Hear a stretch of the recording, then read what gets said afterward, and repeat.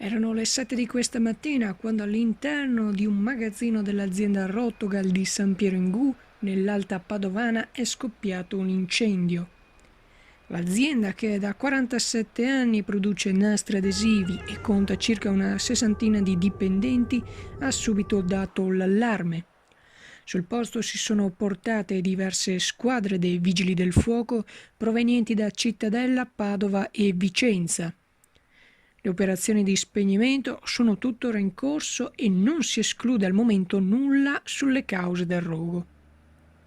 L'alta colonna di fumo, visibile in gran parte dell'Alta, ha spinto molti primi cittadini a diramare un'allerta a scopo precauzionale. A San Piero in Gu il comune ha chiesto sempre in via precauzionale di tenere porte e finestre chiuse e di non raccogliere gli ortaggi. Sul posto si sono portate anche diverse squadre dell'ARPAV per verificare le condizioni dell'aria e dell'acqua. I primi dati sono attesi nel pomeriggio.